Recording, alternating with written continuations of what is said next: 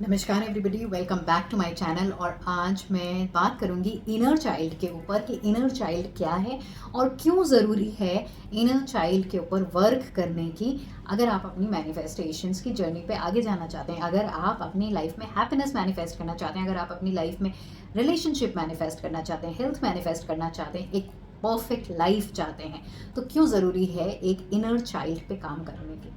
Coming back to the topic कि सबसे पहले कि इनर चाइल्ड है क्या। सबसे पहले हमें ये समझने की ज़रूरत है कि एनर्जी क्या है। हम सब कौन हैं? हम सब एक एनर्जी हैं। ऑलराइट, सो एनर्जी क्या है? एनर्जी एक फॉर्म ऑफ मॉलिक्यूलर स्ट्रक्चर है। जो एनर्जी है, जो एटम्स के थ्रू बने हैं, एटमिक स्ट्रक्चर है, वो मॉलिक्यूल्स बनाते हैं और मॉलिक्यूल्स मैटर बनाती है। तो मैटर्स क्या होते हैं? मैटर होते हैं सॉलिड, लिक्विड, गैस, इस तरीके की मैटर्स होते हैं। So every thing in this universe is energy, every one in this universe is energy. हम लोग कैसे बने हैं? हमारी बॉडी के छोटे छोटे जो सेल्स हैं वो क्या हैं? सेल्स भी तो एक एनर्जी है, मॉलिक्यूलर स्ट्रक्चर हैं जिनसे वो सेल्स बने हुए हैं, and that is a energy. Correct? You, me, everybody is energy. So ये हमारी पूरी जो बॉडी है वो एनर्जी है। एक रूल जो एनर्जी का है, energy can not be created, can not be destroyed, it can only be transferred. इसका मतलब है एनर्जी जो है वो ना ही तो पैदा होती है और ना ही ख़त्म होती है, वो सिर्फ ट्रांसफ़र होती है। सो एनर्जीज जो हैं वो सिर्फ चलती आ रही हैं, वो सिर्फ एग्जिस्टेंस में हैं, वो कभी भी डिस्ट्रॉय नहीं हुई हैं। Now the topic is inner child. So inner child का मतलब हम एज अ ह्यूमन बीइंग भी एक एनर्जी हैं। सो जब हम बचपन में हम बच्चे थे, वो हम क्या थे? एक एनर्जी का फॉर्म था। दो हम मैटर थे, हमारा वो रूप छोटा रूप था, लेकिन उसका बेसिक क्या था? उसका बेस क्या था? एनर्जी। अब वही रूप क्या है? बड़ा हो गया है। हाउएवर एनर्जीज वही कलेक्टेड हैं हमारे अंदर। एनर्जीज क्या हो रही हैं? ट्रांसफ़र हो रही हैं। बचपन में जो एनर्जी थी वही हमारी बड़े में भी ट्रांसफ़र हुई है, वही हमारी आगे भी ट्रांसफ़र हो रही है। हम जब मर जाएंगे तो भी एनर्जीज एग्जिस्टेंस में रहेंगी, वो यूनिवर्स में ट्रांसफ़र हो रही हैं। हमें नया जन्म मिलेगा, वो एनर्जीज वहाँ ट्रांसफ़र हो रही हैं। So energies keep on transferring. Now because वो बच्चा जो है वो एनर्जेटिक, हम एनर्जी लेवल पे बात कर रहे हैं, हम मैटर लेवल पे नहीं बात कर रहे हैं। हम सपोजिटली कि हम 5 साल के हैं, 5 साल से अब हम एक 25 साल 30 साल में आ गए हैं। सो दैट मीन्स कि वो 5 साल वाला जो रूप है वो 25 साल में आ चुका है, 30 साल में आ गया। हावेवर वो 5 साल की जो एनर्जी है वो अभी भी एग्जिस्ट कर रही है और वो आगे भी एग्जिस्ट करेगी, हमेशा एग्जिस्ट करेगी, बिकॉज एनर्जी डिस्ट्रॉय नहीं हो सकती और क्रिएट नहीं हो सकती, वो सिर्फ ट्रांसफ़र होती है। सो वो एग्जिस्ट करेगी और वो ट्रांसफ़र हो रही है। ये एक सिंपल तरीका है समझने का कि इनर चाइल्ड, वो जो चाइल्ड है वो अभी भी एग्जिस्टेंस में है। वो चाइल्ड के अंदर जो इमोशंस हैं, वो चाइल्ड के अंदर के जो थॉट्स थे, वो चाइल्ड के अंदर की जो परेशानियां थी, डाउट था, फियर था, या फिर जो हैप्पीनेस थी, सेटिस्फैक्शन था, जो कॉन्फिडेंस था, वो अभी भी कैरी फॉरवर्ड हो रहा है इन फॉर्म ऑफ एनर्जी। वो अभी भी जिंदा है in form of energy. Now हमें इनर चाइल्ड पे वर्क करने की ज़रूरत क्यों होती है? क्योंकि फॉर एग्जांपल अब आप बड़े हो चुके हैं और आपके अंदर कोई थॉट आया है कि आपको ये चीज़ मैनिफेस्ट करनी है। फॉर एग्जांपल आपको रिलेशनशिप मैनिफेस्ट करना है। सो आप मैनिफेस्ट करना चाहते हैं का मतलब यही है कि कहीं ना कहीं उस चीज़ से आप परेशान हैं, वो चीज़ आपको नहीं मिल रही है, इसलिए now you are consciously manifesting it, you are consciously making effort कि मैं कैसे उसको मैनिफेस्ट करूँ, उसके लिए विजुअलाइजेशन करूँ, एफर्मेशंस करूँ, सेल्फ कॉन्सेप्ट करूँ, सेल्फ लव करूँ, जो भी चीज़ें करूँ। क्यों? क्योंकि मुझे वो डिज़ायर चाहिए। आपको हेल्थ चाहिए। हेल्थ चाहिए का मतलब क्या है? कि आपके पास हेल्थ उतनी अच्छी नहीं है, इसलिए आप वो कॉन्शियसली मैनिफेस्ट करना चाहते हैं, एंड इसलिए आप उसके बारे में पढ़ रहे हैं, देख रहे हैं, सुन रहे हैं। सो दैट मीन्स कि जब अगर आपके पास ये चीज़ें नहीं हैं, जो चीज़ नहीं है वो क्यों नहीं है? कहीं ना कहीं उसके पीछे आपका ही कोई कॉन्सेप्ट है, आपके ही कोई थॉट्स हैं, आपके ही कोई इमोशंस हैं, जिसकी वजह से वो चीज़ आज आपके पास नहीं है। आज आप हेल्दी नहीं हैं तो हो सकता है उसके पीछे का कोई इमोशंस है। बच्चा जब जब आप बच्चे रहे होंगे तो आपके अंदर किसी चीज़ का डर रहा होगा, किसी तरह का डाउट रहा होगा, आपके अंदर कुछ ऐसे थॉट्स आ रहे होंगे, या कुछ ऐसी बातें आपने आसपास में सुनी होंगी कि आपके मम्मी पापा ने आसपास में बात किया होगा कि अगर ये खाएंगे तो बीमार पड़ जाते हैं, वो खाते हैं तो बीमार पड़ जाते हैं, या फिर एनवायरनमेंट ऐसा होता जा रहा है कि आगे चल के तो ज़िंदगी और ख़राब हो जाएगी, लोग और बीमार होने लगेंगे, क्योंकि इतना एडल्टरेशन हो रहा है, इतना पोल्यूशन हो रहा है। ये सारी बातें आपके मन के अंदर बैठी हुई हैं और आपके अंदर एक एक मेमोरी बन गई है, आपके अंदर आपने उस बातों का एक मीनिंग बना लिया है। वो मीनिंग कैरी फॉरवर्ड हुआ, जब आप आगे पढ़े, आप एक बड़े स्टेज में आ गए, तो वो मीनिंग आपके सामने मैनिफेस्ट कर रहा है। हमारी लाइफ में जो भी चीज़ें होती हैं, हमारे पहले की मेमोरीज की वजह से ही वो चीज़ें मैनिफेस्ट होती हैं। बचपन में आपके अंदर एक थॉट आया कि मैं अच्छा नहीं हूँ, शायद इसीलिए मुझे रिजेक्शन मिला, शायद इसीलिए मुझे एनुअल फंक्शन में पार्टिसिपेट नहीं करने दिया गया, शायद इसीलिए मेरा नंबर अच्छा नहीं आया। एक थॉट आया, एक कॉन्फिडेंस लो हुआ, आपके टीचर्स ने आपको डांटा, आपको कॉन्फिडेंस लो हुआ, आपके फ्रेंड्स ने आपको रिजेक्ट कर दिया, आपका कॉन्फिडेंस लो हुआ। तो वो लो कॉन्फिडेंस की जो एनर्जी है वो आगे जा रही है because of low confidence.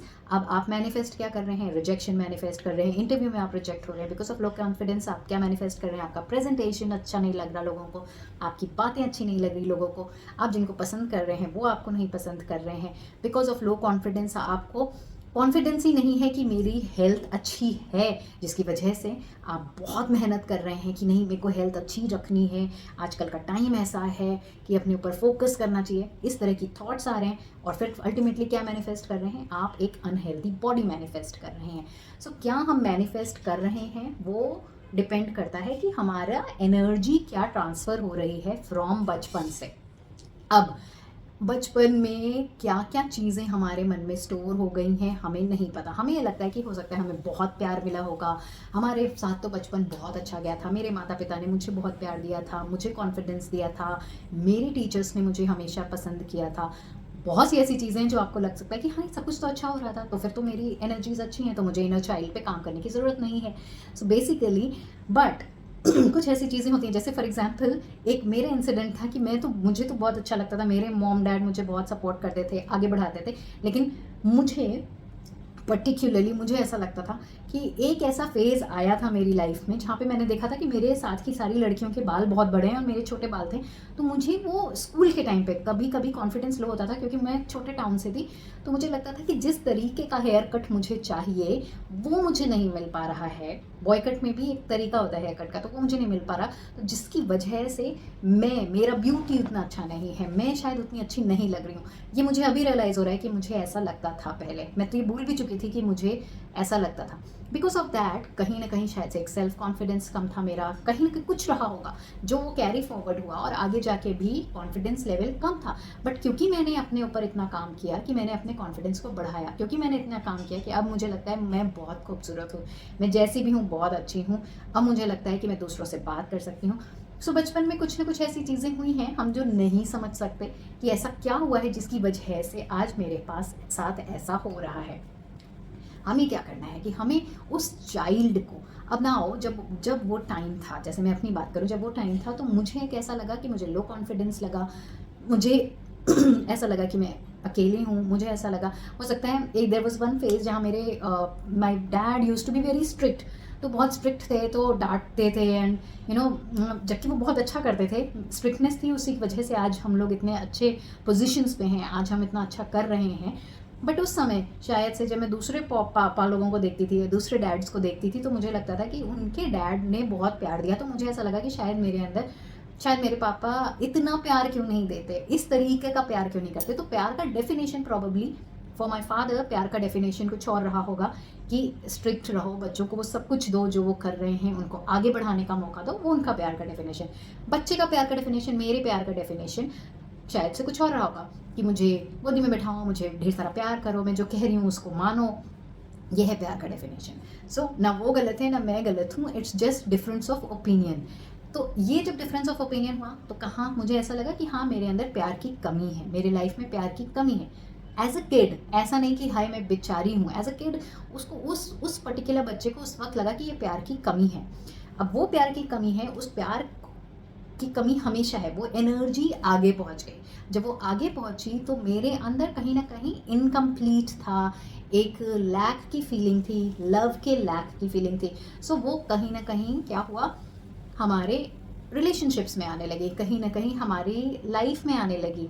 Energies मुझे प्यार नहीं करती थी, क्यों? क्योंकि मेरे अंदर प्यार की खुद की कमी थी। मुझे ऐसा लगता था प्यार रिजेक्ट कर रहा है। सो मैं एक छोटा सा एग्जाम्पल दिया, it's not a very big example, it is a small example. तो उसी तरीके से आप लोगों की लाइफ में कुछ, किसी की भी लाइफ में कुछ हो सकता है कि जब वो बच्चा है, वो बच्चे को प्यार चाहिए, उस बच्चे को कॉन्फिडेंस चाहिए, उस बच्चे को ऐसा लगा कि उसको रिजेक्ट कर दिया गया है। बहुत छोटी सी चीज़ है कि एनुअल फंक्शन में उसको जो वो रोल नहीं दिया गया जो वो चाहता है, तो उसके अंदर एक रिजेक्शन की फीलिंग आई। अब वो फीलिंग ऑलरेडी है, वो एनर्जी ऑलरेडी है, वो वहाँ पर हील नहीं हुई। उसको ना उसके मॉम डैड ने अपने आप में, ना उनके टीचर्स ने कुछ नहीं कहा कि कोई बात नहीं, अभी हो गया, तुम बेस्ट हो, तुम अच्छे हो, तुम और आगे करो। तो वो कजोल नहीं मिला उसको, वो प्यार नहीं मिला, वो पैम्परनेस नहीं मिली डिफरेंट वे में मिली। जैसा वो चाहता है वो वैसा नहीं मिला। ये एक ही एग्जाम्पल है लव का। इसी तरीके से और एग्जाम्पल है डर का, कि आपको बोला गया कि आप आज अब बड़े हो गए हो, आप अकेले सोने में आपको डर लग रहा है, लेकिन फिर भी क्योंकि आप बड़े हो रहे हो, क्योंकि आप अकेले सोना है, अब आपको अकेले ट्रैवल करना है, अब आप बड़े हो रहे हो, अब आप कॉलेज में जा रहे हो, तो अब आपको अकेले ट्रैवल करना है। आप अकेले पहली बार ट्रैवल कर रहे हो, पहली बार आप ट्रेन में जा रहे हो, पहली बार आप फ्लाइट पे जा रहे हो, ट्रैवल कर रहे हो, तो आपको अंदर से डर लग रहा है। वो जो डर है, वो डर को कॉन्कर उस समय करने के लिए, उस डर को सपोर्ट करने के लिए वहाँ पर कोई नहीं है आपके साथ। तो वो डर की एनर्जी आगे भी चल रही है, तो वो डर हमेशा आपके साथ है।